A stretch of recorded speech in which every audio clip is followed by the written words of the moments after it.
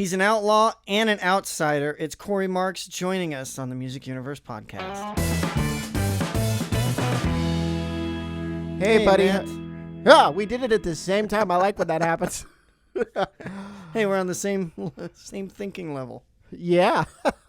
Oh, I'm excited for today because you were excited. Now, this was an interview that for one reason or another, I couldn't join with you to do. I've been very busy with some political things because the election is in heavens 40 days.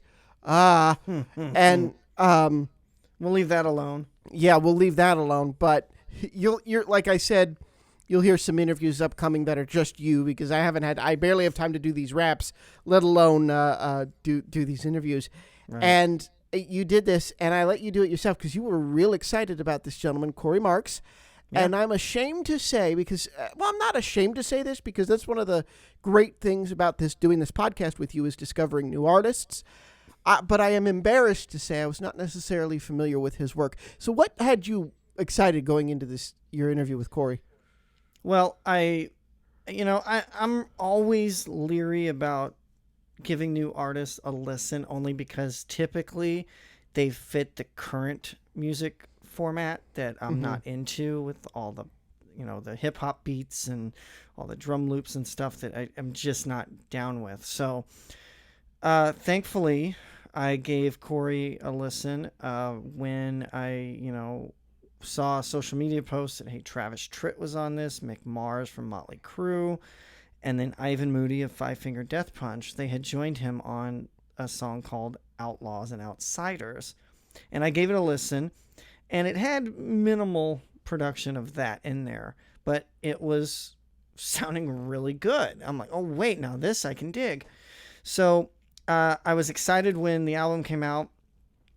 Sometimes we get pitched this stuff and they'll throw digital copies, but I'm a physical guy. We've discussed this many times on the show. So I actually ordered the CD from Amazon because you can barely go anywhere and find current CDs, from new artists or anybody these days at normal stores. So I ordered it. When it got here, I listened the hell out of it, man. It's Southern rock, classic rock mix. Like it's great. And it was just awesome. I felt like it was awesome. And, I sent you Outlaws and Outsiders. I said, hey, give this a listen. And, it had some crossover success, of course. It became a global hit. It's had over 15 million streams, 18 million video views worldwide. So when we were pitched to interview Cory, I instantly jumped at it. And, here we are. It's super cool. He's a Canadian. And we had a couple delays getting the phone call ready, but we got it going, and he gave me a solid 20 minutes, man, and super nice guy, and looking forward to when I can see him, when touring starts back up, hopefully sooner than later. Cory Marks, welcome to the Music Universe podcast. How are you doing, brother? I'm doing good, buddy. Thanks for having me, man.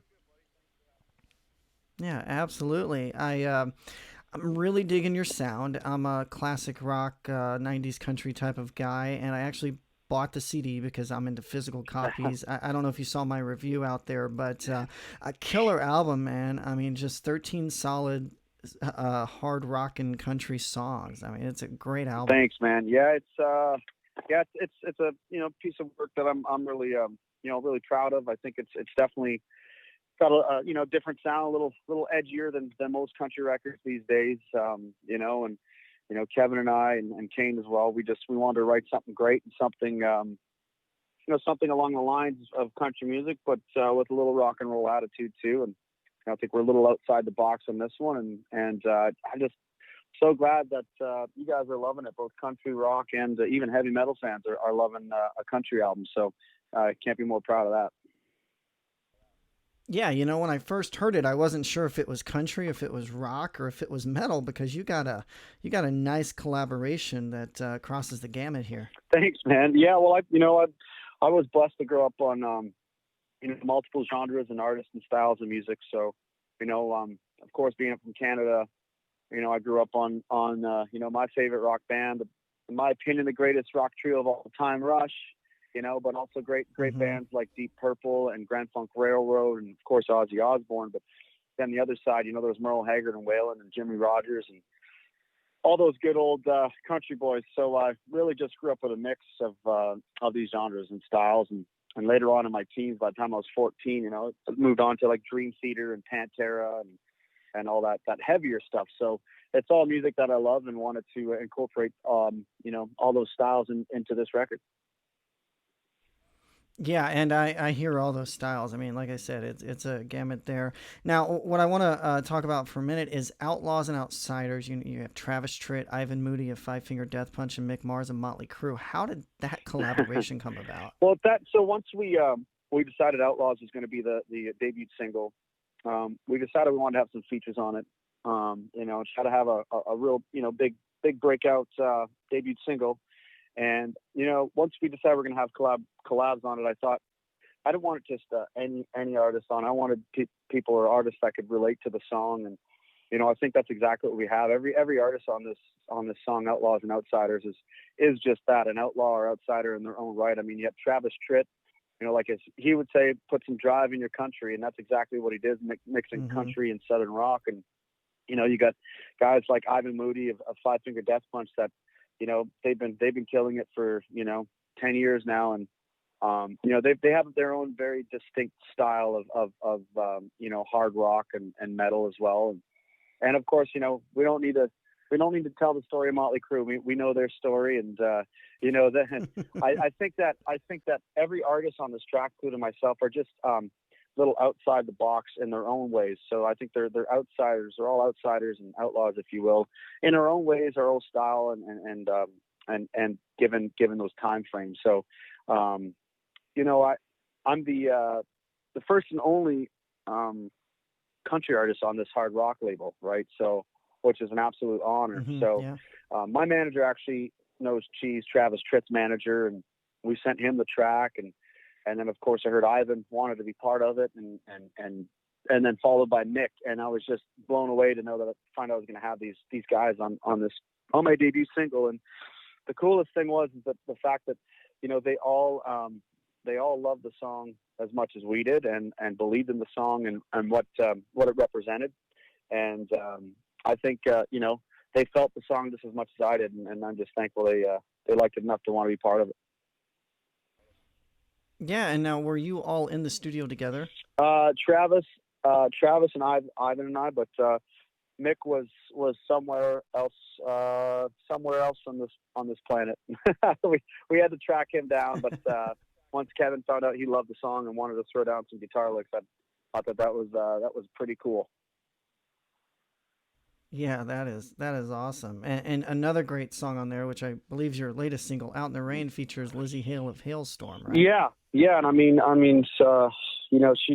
she doesn't need an introduction, man. She's just so awesome, right? Like her voice, and Mm-hmm. as an artist, as a person. Now that I'm getting to know her a little bit better, and since collabing, and she just seems like such a real great person and human, and down to earth. But she also kicks ass, and she's a real artist, and she's the real deal. So we sent her a couple songs, and she loved this one. So I let her pick it, and then she just did her thing, and sounds just incredible on Out in the Rain. Oh yeah, she's a wonderful vocalist and hard rock at that too. So it's Absolutely. just awesome to hear this collaboration. Um, did you have any second thoughts? I guess I should say, about releasing it during a pandemic when you can't really tour behind the project. Well, as you probably know, we had a tour lined up with Breaking Benjamin across the U.S., and I had some dates with Alice Cooper, and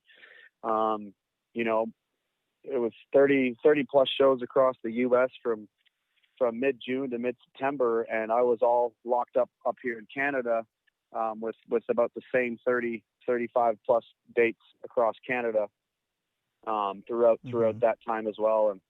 And this record, like Outlaws and Outsiders, I wrote in 2015. So it was about a 4-year process to get this record out. And then once COVID hit, once Outlaws was out, I was just like, oh no, hope this can't be happening, right? And so no, I think it's actually a great time to release music, because people people want something new. People want to be entertained as best they can, and obviously that's been hard to do with COVID and given the situation. So, no second thoughts on release. I'm glad it's out. I'm glad it's doing what it's doing. Of course, I think it'd be even greater to be on the road and perform these songs live.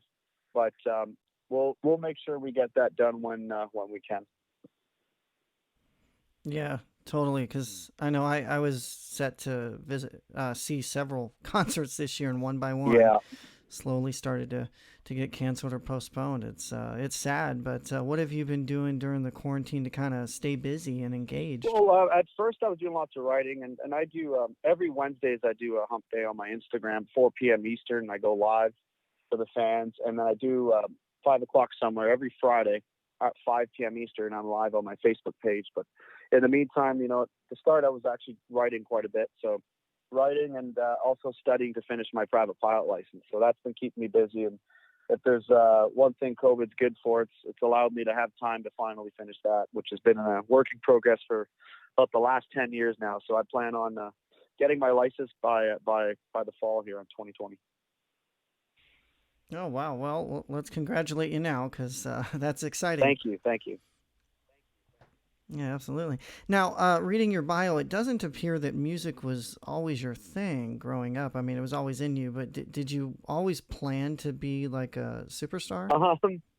Well, no, actually, like I was a drummer at first. I started drumming at the age of 10, and I played hockey as well too. So I came from, but I was also, I had a huge passion for aviation. So I came from, a military town that had a big air show every summer. It was a hockey town, and also come from a family of musicians and guitar players, and a lot of big family too. So I was always surrounded by those birthdays and holidays where family get together and pass around guitars and sing tunes. So I I had quite the variety of things that I loved and still do, and it just kind of, I guess it just kind of happened the way it was supposed to.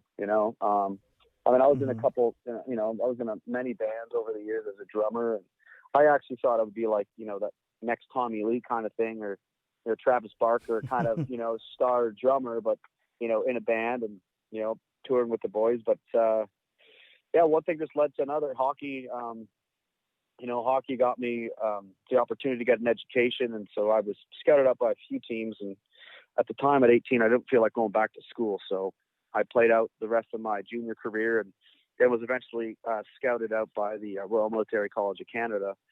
And so, I thought, man, why don't I play, get an education, play another 5-6 years of, good hockey, CIS hockey and university hockey.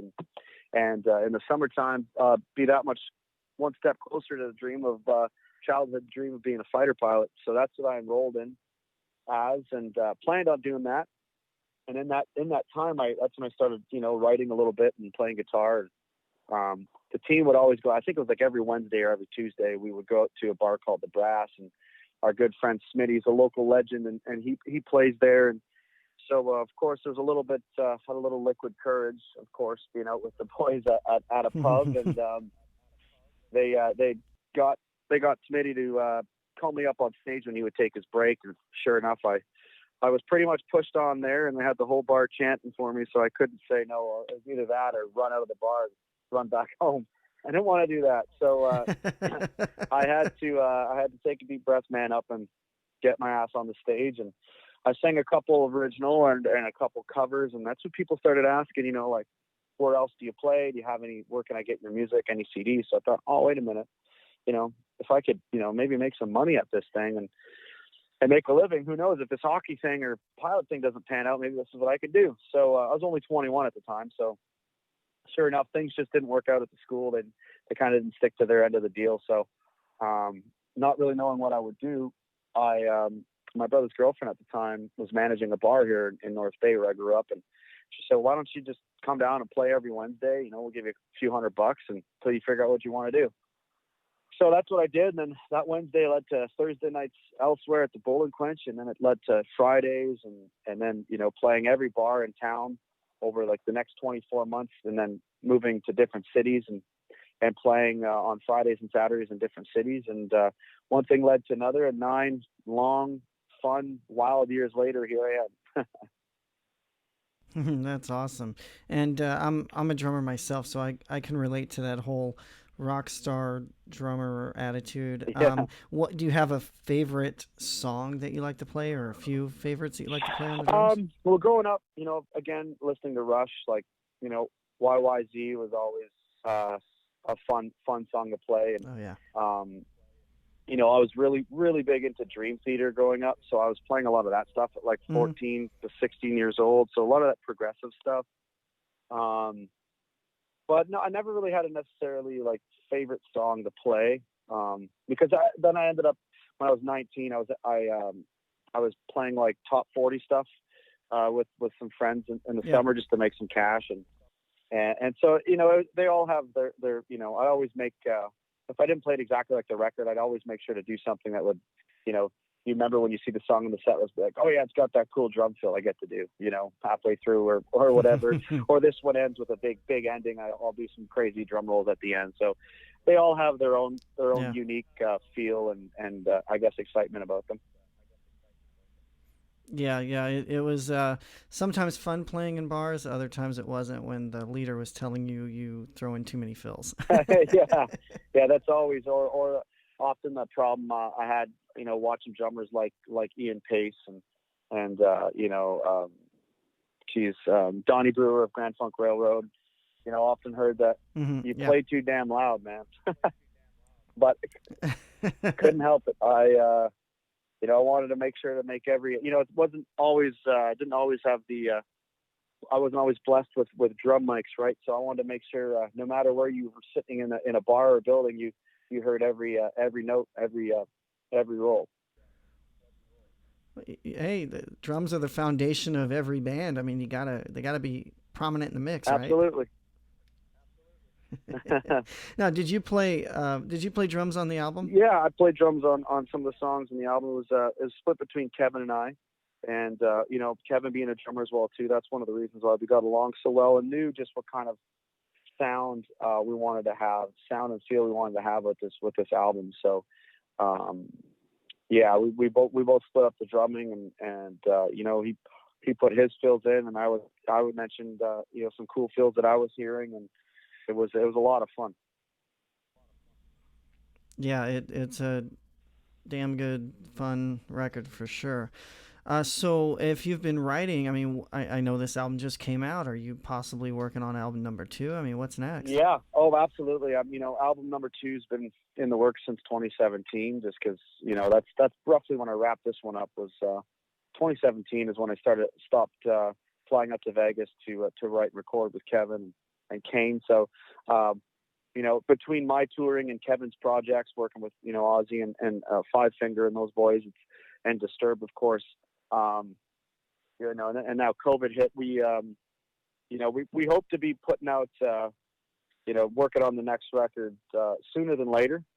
And I'm hoping even later this fall or winter I can make my way down to Vegas and start cutting some tracks. Definitely. Yeah, because I'm sure it's got every artist we've spoken to says it's just a completely different vibe to have to do it over Zoom or remotely. Oh yeah. It's not the same thing. And plus, when I'm down there, it's like we can write in the morning, and then I can cut all the vocals in the afternoon, or write in the afternoon and cut the vocals the next day. So it's a lot easier to be there, of course. And yeah, I'm really looking forward to getting. But Kevin and I talk, every week or so, and we're both really eager and excited to get back in the studio and release some more music. I mean, this album to us is anywhere from 3 to 5 years old, so we're ready. Oh yeah, see, I had no idea till we started talking. That's fantastic. And I think once you start writing songs, it's a constant thing that you're doing, and then it starts to get hard on what you're going to include on the album. Yeah, and different. It's different time in your life too, especially as an artist, And this record definitely talks about the ups and the downs and everything in between. And I think it's just the story of not only who I am, but that time of my life, I guess. So I always look at my Mhm. albums as chapters. So I'm ready to move on to the next one, and can't wait to play these songs live, but also can't wait to cut some of these songs that I've been writing over the last couple of years. Well, that's fantastic, Cory. And if you ever make it to Bakersfield, I am there. I'm excited to see you Wow, live. This very album's cool. awesome, and looking forward to the next one. Bakersfield is home of some of my favorite country artists, Mr. Buck Owens and Merle Haggard. Yeah, I've worked for the Buck Owens Company, but I've been into several concerts at the Crystal Palace. If you've never been there, you've got to play there. It's awesome. Well, I'll definitely make it. Now that I know more about it, I'd definitely love to play any building that they did. Most definitely. Yeah. Buck owned it, opened it. I don't know how many years ago, but the sound is quite phenomenal in there. Oh, I bet. Well, I look forward to playing that place. Hopefully sooner than later. Yeah, absolutely. All right, Cory. Anything else you want to wrap with? No, man. Just for the listeners to follow me on Facebook, Twitter, and Instagram at Cory Marks Music, and for any more detail and merch, check me out at CoryMarks.com. Awesome, brother. Well, you have a great one, and looking forward to seeing you out on the road soon. Absolutely, buddy. I appreciate it, and also forgot to add that my music is available on all streaming platforms. So go check it out, download the record, and turn it up loud and enjoy it. Okay, Matt. So when he told me this album was practically recorded like 5 years ago, I couldn't believe it. Wow. Yeah, I couldn't believe it. It's that, yeah. So to us, it's new. Wow. And like he said in the interview, it's kind of old for him and his team. So obviously working on a follow-up. And he's got a bright future. I see him, being that crossover appeal where he could go rock, he could go country. He's both. And, it's kind of like Lynyrd Skynyrd. Totally like Lynyrd Skynyrd. The style and everything. So he's going to appeal to everybody. Plus, your debut single featuring these heavyweights, Travis Tritt, who's also signed with Better Noise Music. So he's the second country artist to sign with that label. Then you got Ivan Moody in the heavy metal realm. And then you've got Mick Mars of famous Motley Crue. All being on this song, Yeah. it's going to appeal to everybody that likes everyone, all those guys. So it was great chatting with him, and the album, I reviewed the album. It's one of the few reviews I get time to do. So that'll also be in, if you go to our website or you're listening via our website, you can scroll and see a link to the review there. But it's a really great album, and Cory was super cool, and really excited about that. That is awesome. I'm glad you got to do it. And that I'm jealous. I didn't get to sit in on that one, but I'm actually Maybe glad next time. Oh yeah, next time, and there better be a next time if he was that cool. So Yeah. that is it for us today on the Music Universe podcast. I'm Matt. And Buddy, thanks for listening, and keep checking us out at themusicuniverse.com for the latest news and reviews. Be sure to follow us on social media, and check out Brittany on Instagram Live while we have our weekend stuff. Typically weekend notes on Saturday, and notable releases sometime during the weekend too. Take care.